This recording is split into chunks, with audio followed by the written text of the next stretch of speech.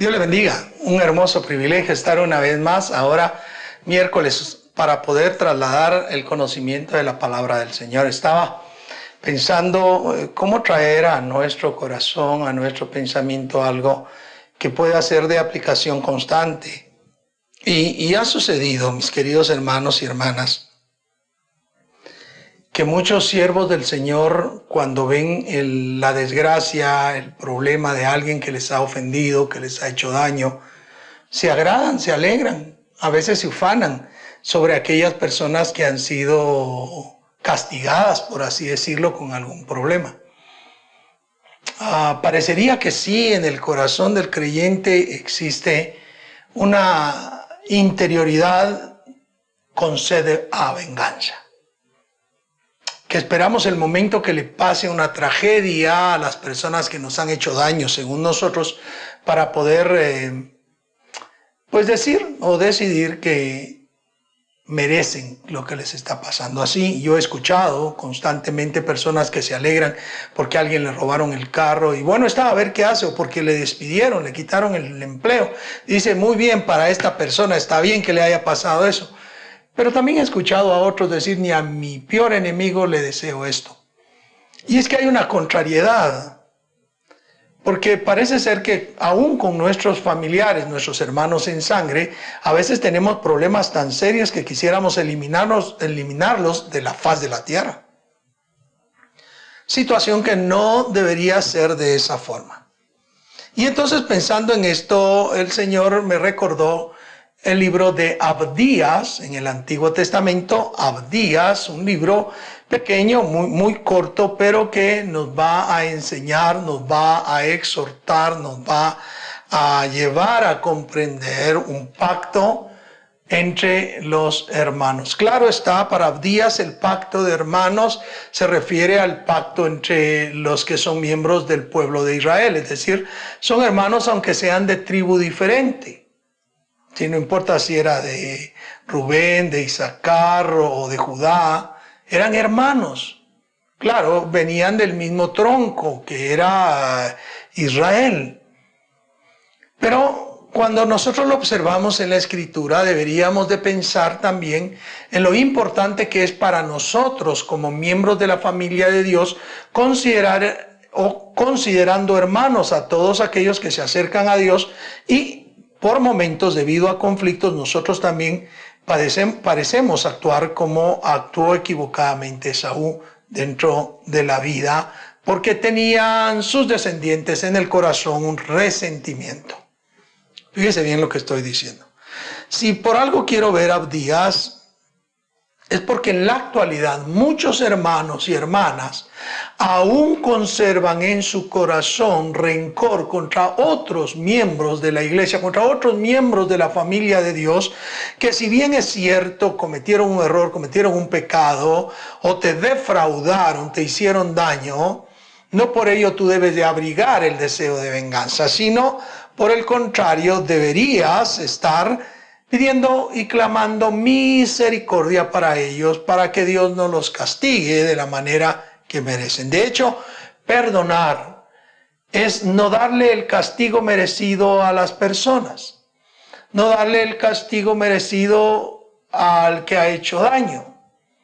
Así que si nosotros hemos de perdonar, porque la Biblia demanda de nosotros que perdonemos como el Señor nos ha perdonado, es decir, no le demos el castigo a los demás como el Señor nos dio el castigo sobre nosotros que merecíamos, en esa instancia nosotros deberíamos estar evitando cualquier situación que implique venganza, alegría, regocijo por los males que le pasan a los hermanos. Entonces tomaremos este librito de Abdías para que comprendamos siempre una situación seria en cuanto a cómo debemos comportarnos en las relaciones con los hermanos. Así que comenzamos. Es un libro pequeño, ya lo dije, así que lo trataremos en algunas sesiones, pero les invito a no perdérselas para llevar la continuación en este libro. Veamos entonces cómo dice Abdías en su verso 1.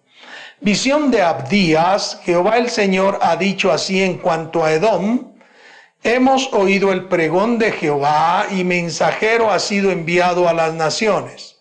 levantaos y levantémonos contra este pueblo en batalla. A ver, vean ustedes. En principio Abdías ve en visión que ha salido un pregonero de parte de Dios. Ese pregonero va a decir un mensaje en contra de Edom. Edom es Esaú. A los descendientes de Esaú, hermano de Jacob, se les llamó edomitas. Pues este Esaú, ustedes recuerdan, existe todo un contexto dentro del cual él se sintió expropiado por Jacob de la bendición primogenital. Aunque este hombre, Edom, Esaú, cuando era un poco más joven, le vendió la primogenitura a Jacob por un plato de lentejas, ya en el momento que su padre estaba anciano, ya cegado por los años, y no podía él ver bien, le va a dar la bendición a Esaú, pero Jacob, aconsejado por su madre, hace que su padre le bendiga antes de bendecir a Edom. Y entonces le dan esa bendición a Jacob. La bendición primogenital implicaba una doble porción, implicaba el deseo, el dominio de la hacienda patriarcal y el tomar las decisiones por toda la familia. Así que era una situación bastante delicada, pero Jacob la quita a Esaú y Esaú jura matar a Jacob por esa situación. Entonces también Jacob sale huyendo, aconsejado siempre por su mamá, se va a la tierra de Ur, donde estaba toda la familia de Abraham y los descendientes de los familiares de Abraham. Allá le sucede todo lo que pasa para conseguir esposa, es enriquecido, bendecido y muchas veces le han hecho fraude, el suegro especialmente, y él va a regresar a la tierra. Cuando regresa a la tierra hace muchos grupos con tal de caerle bien a Esaú y que no lo mate, pero parece ser que ya ha pasado de la idea de Esaú el matar a Jacob. Y cuando lo reciben bien, lo recibe con alegría, lo recibe como hermano. Pero esa rencilla ha quedado en toda la descendencia de Esaú. Aunque Esaú perdona, no le da el castigo merecido a su hermano, la descendencia de Esaú no quiere perdonar a la descendencia de Jacob. Y hace situaciones viles, hace situaciones, actos no morales, no adecuados, y entonces es por ello que Dios va a dar esta profecía que por medio de visión reconoce a Abdías le fue dada. Entonces el pregonero lo que dice, lo que sale a anunciar es llamando a las naciones a levantarse en contra de Edom. ¿Para qué está levantando a las naciones en contra de Edom? Para destruirle. ¿Por qué le va a destruir? Por no haber guardado el pacto de hermanos. Ya, siendo que Esaú había perdonado a Jacob, siendo que ya no hubo rencilla entre ellos a pesar de la situación de la bendición patriarcal, Esaú tiene hijos en quienes sí queda la rencilla y ellos debían de haber seguido con la amistad, pero por la rencilla hacen cosas perversas en contra de la descendencia de Jacob, es decir, Israel. Y entonces ahí está la proclama de aquel pregonero: levantaos y levantémonos, es decir, todos levantémonos en contra de este pueblo en batalla. Así que el primer anuncio que estamos observando por no haber guardado el pacto de hermanos es que Dios levanta guerra, problema, conflicto en contra de aquel que no guarda el pacto de hermanos. Y estaba diciendo al principio que cada uno de nosotros deberíamos de tener precaución, cuidado del pacto de hermanos que debemos mencionar con los hermanos que han recibido a Jesucristo como su Señor y Salvador y son parte de la grey, parte de la familia de Dios, y nosotros deberíamos de cuidar, guardar el pacto de hermanos a esa instancia. Porque lo primero que ocurrirá en alguien que levanta algo perverso, malo contra un hermano en la fe, será que Dios mismo estará en guerra contra él y levantará a otros en guerra para dañarle. El verso 2 es todavía un poco más fuerte. He aquí, pequeño te he hecho entre las naciones, estás abatido en gran manera. La visión es muy fuerte. Ya el anuncio que era para guerra también implica un anuncio de minimizar la capacidad, la energía, la fuerza de aquel que no guarda el pacto de hermanos. Pequeño te he hecho entre las naciones. Aunque, si bien es cierto, y veremos más adelante, este Edom había llegado a vivir en un sitio bastante fortificado, muy fuerte, de difícil acceso, eran inexpugnables. Ahora Dios va a decirle, tú eres muy pequeño entre las naciones, estás abatido en gran manera. Es un anuncio muy duro. Cuando alguien rompe el pacto de hermanos, se expone a ser empequeñecido delante del Señor y delante de los demás por la guerra, y empequeñecido delante de los demás de tal manera que es abatido en una grande manera. El abatimiento muchas veces lo hace Dios a personas orgullosas, altaneras, arrogantes, que a pesar de estar viendo el desastre que le está ocurriendo a una persona, especialmente de la familia de la fe, todavía y sobre eso él se jacta y trata de también hacer un poquito más difícil la situación. Así que Dios está levantando guerra y lo está empequeñeciendo, abatiendo a el pueblo de Edom. Ahora, ¿por qué es todo esto? Tiene que haber una explicación. Dios no es una persona impulsiva, no simplemente se place en hacer algo en contra de las personas. Y mucho menos en contra de una nación. Tenemos el ejemplo en Jonás. Nínive, aquella gran ciudad que no adoraba a Dios, sus manos estaban llenas de rapiña, pero había multitud de niños y el Señor no quería destruirla y por eso manda a Jonás a pregonar el juicio. Al final se salva Nínive porque Dios no desea que las naciones sean castigadas simplemente por ser castigadas. ¿Pero por qué que lo hace? Veamos el verso 3, dice, la soberbia de tu corazón te ha engañado. Tú que moras en las hendiduras de las peñas, en tu altísima morada, que dices en tu corazón, ¿quién me derribará a tierra? Vea lo que está pasando. Su corazón se ha ensoberbecido, se ha hecho muy soberbio, porque se siente en un lugar inexpugnable. Ellos vivían literalmente en peñas, en rocas altas, en lugares, en ciudades de rocas muy altas, y eran de difícil acceso. Así que decían, ¿quién nos va a derribar a tierra? Era su corazón que estaba lleno de soberbia que le engañó.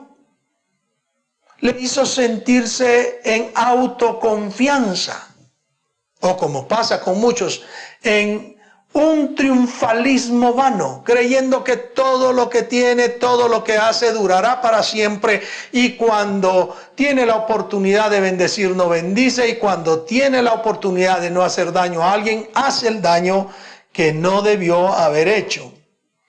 Y aquí salta a la vista rápido lo que el profeta Jeremías dice, que el corazón es engañoso más que todas las cosas y perverso, y que no hay quien lo conozca. ¿Quién lo conocerá? Porque el corazón a veces nos juega tan malas pasadas que nos engaña, haciéndonos creer que actuar arrogantes, actuar engreídos, actuar como personas en orgullo, eso nos hace bien o les hace bien, y eso les hace sentir que son tan relevantes, tan importantes, que no necesitan de ninguno y no desaprovechan oportunidad para humillar, para hacer sentir mal a las personas.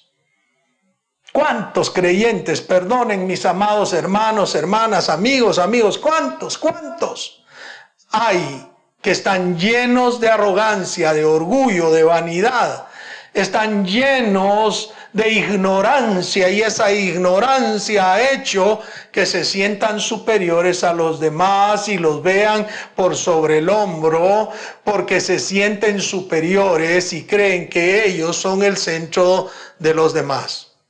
¿Cuántos creyentes hay que han sido engañados por un corazón lleno de soberbia?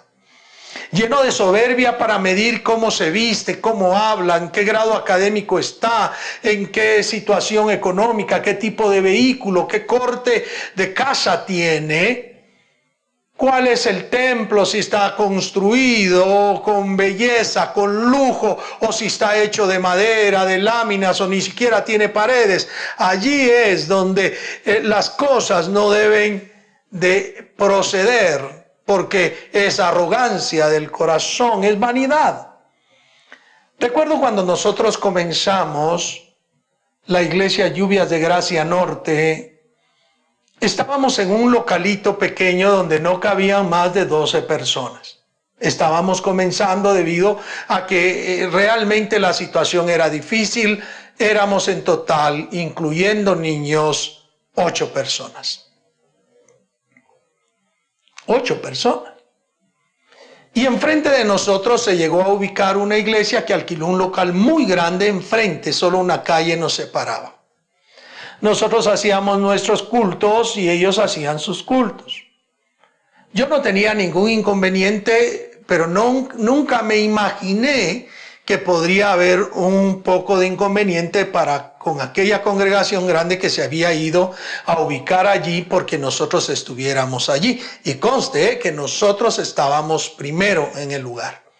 No en el local grandote de ellos, pero sí en el local pequeño donde estábamos. Una noche, no se me olvida, que se acercan a mí unos delegados de la iglesia de parte del pastor. Y me dice: hermano, venimos a hablarle. Ya hablamos con hermano Mundo Madrid, que en aquel tiempo era el referente más prestigioso, que fue por muchos años que tuvimos en Misión Cristiana Evangélica Lluvias de Gracia. Y hablamos con él y venimos a decirle que él dice que por qué no mejor cierra su congregación, su iglesia, porque es una ratonerita y se pasa con nosotros. Y esto de ratonerita realmente fue un agravio, un insulto. Me dolió en el corazón ver que en lugar de sentirse dichosos, que hubiesen lugares en los que se abría para la predicación del evangelio, porque ellos fueron trasladados de una iglesia grande con más de 500 miembros y plantaron una iglesia que a la fecha está en el área de la zona 18. Ellos veían a este inicio de obra, que por cierto, insisto, estábamos antes que ellos, como un lugar ratonera. ¡Qué fuerte! ¿Cuántos pastores orgullosos porque su congregación ha crecido tratan de mala manera a aquellas pequeñas congregaciones y aquellos pequeños ministerios que no saben ni siquiera cómo va a ser Dios en el futuro con ellos, porque después Dios nos ha ido prosperando y salimos de aquello y ahora estamos en un tercer lugar, en tercer local, porque Dios nos ha ido llevando. El asunto es, no me sentí más que triste, porque no debe haber dentro de los hermanos orgullo, soberbia tal de considerarse superiores, aunque allí a la par tengan a alguien con poco desarrollo. Deberían quizá extenderle la mano para crecer. Deberían quizá extenderles ayuda para mejorar, pero no menoscabarlos ni tratarlos mal. Sí pasa en la iglesia cristiana evangélica en la actualidad. Pasa de manera real. Pasa que estamos menospreciando a hermanos y hermanas porque el corazón nos ha engañado. ¿Cuántas veces alguien ha señalado de pecado a otro solo porque le ha pasado una desdicha y rápido piensan ha pecado y Dios lo está castigando y no saben del trato que Dios tiene con la persona y si Dios va a hacer algo o no? Parece un poquito aquello cuando los papás no están de acuerdo con el novio o novia de su hijo o hija y le dice a este no le veo futuro. ¿Qué saben ellos del futuro a menos que Dios les haya hablado verdaderamente? Pero el futuro pertenece a Dios y Dios ha hecho que muchas palabras, como digo yo, muchas personas se traguen las palabras que han dicho en contra de alguien, se las han tenido que tragar. ¿Por qué? Porque Dios es piadoso, es misericordioso con el que no tiene soberbia, pero la soberbia engaña al corazón de las personas. ¿Cuántas personas porque conquistan un premio, porque conquistan un logro, se vuelven arrogantes y no quieren ya compartir con ciertas personas, aunque hubiesen sido amigos, amigas en el pasado, porque se sienten ahora de otro nivel, de otra clase, y lo que deberían de tener es humildad. Lo que deberían de tener es un corazón realmente humilde para reconocer que a veces el corazón nos engaña. Y esto es lo primero que yo preguntarte a ti, querido hermano, querida hermana. ¿Seguro que no te está engañando el corazón? ¿Seguro que no estás lleno de soberbia? Ten cuidado. Analiza en el nombre de Jesús, analiza todo lo que hay en tu corazón, porque no sea que estés de alguna manera ensoberbecido y eso te permita actuar deliberadamente en contra de aquellos que conoces como hermanos en la fe. Y lo que es peor, en contra de tu familia, en la carne. Deberías analizar, porque es eso lo que nos hace engañar. Quiero repetir, Tú que moras en las hendiduras de las peñas en tu altísima morada, que dices en tu corazón, ¿quién me derribará a tierra? No debes creer que porque tú estés bien hoy, necesariamente así vas a estar siempre. Oramos a Dios porque permanezcas en paz, en amor, en bendición, pero debes de ser lo suficientemente humilde para saber que de Dios es y viene todo. Él es el que enriquece como también el que empobrece. Él es el que levanta, pero también el que baja. Y deberíamos nosotros en nuestro corazón estar realmente en paz, y si Dios nos progresa, Dios nos prospera, mantener la cordura, como dice Romanos 12:3, que ninguno tenga más alto concepto de sí que el que debe de tener, sino piense de sí con cordura, conforme a la medida de la fe que Dios ha dado a todos. No deberíamos llenarnos de vanidad, sino deberíamos de ser humildes.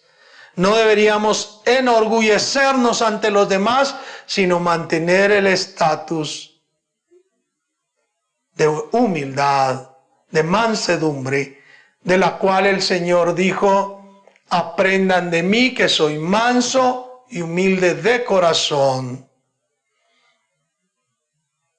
Lleven mi yugo, porque ligero es mi yugo. Mi carga es ligera. Y así van a hallar descanso para vuestras almas. Entonces encontramos aquí que en Abdías el anuncio de castigo, el anuncio de guerra, de minimizarlo, de dejarlo en abatimiento, se debe a un corazón lleno de soberbia. Líbrenos Dios de la soberbia. Líbrenos Dios de tener una condición soberbia. y que seamos engañados porque al tener alguna posición, al tener algo, nos sintamos tan orgullosos que después Dios necesite hacer ajustes con nosotros.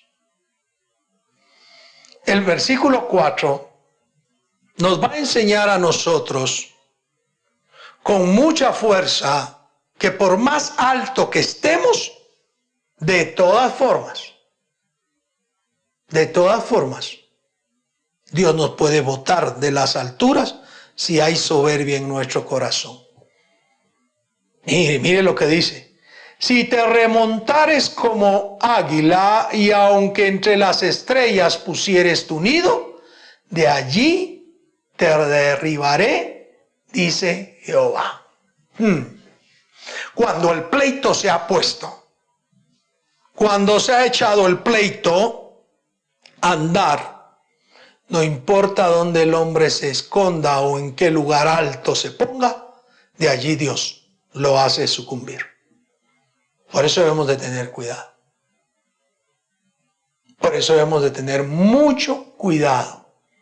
Porque en cualquier lugar donde nosotros querramos colocarnos en alturas, en soberbia, en orgullo, de allí nos puede botar el Señor. Porque Él, mis queridos hermanos y hermanas, es el dueño de todo. Bien, me debo detener acá porque esto lo seguiremos tratando el día viernes. Y espero que estén comprendiendo que Abdías trata el pacto entre hermanos y cómo al romperse el pacto entre hermanos, entonces Dios castiga a aquel que infringe ese pacto. Quiero orar por ustedes esta noche. Oramos. Padre bendito, te doy gracias en el nombre de Jesús por permitirnos abrir tu palabra y estamos agradecidos por comprender lo que ella nos va enseñando. Ayúdanos a hacerlo bien y que el Espíritu Santo certifique en el corazón de cada hermano y hermana tu palabra y que lo pongamos en obra, en práctica, para ser mejores cristianos cada día. Que tu paz y tu amor sea sobre cada uno de nosotros en nuestra oración, en el nombre de Jesús. Amén y amén. Bien, espero que del Señor sigamos aprendiendo. Se nos ha terminado el tiempo por hoy, pero les recuerdo que el día viernes estaremos siempre acá a las 7:30 por YouTube, a las 7:45. Y esperamos que siempre la palabra de Dios nos hable. La paz del Señor sea con ustedes. Dios les bendiga, Dios les guarde. Hasta la próxima.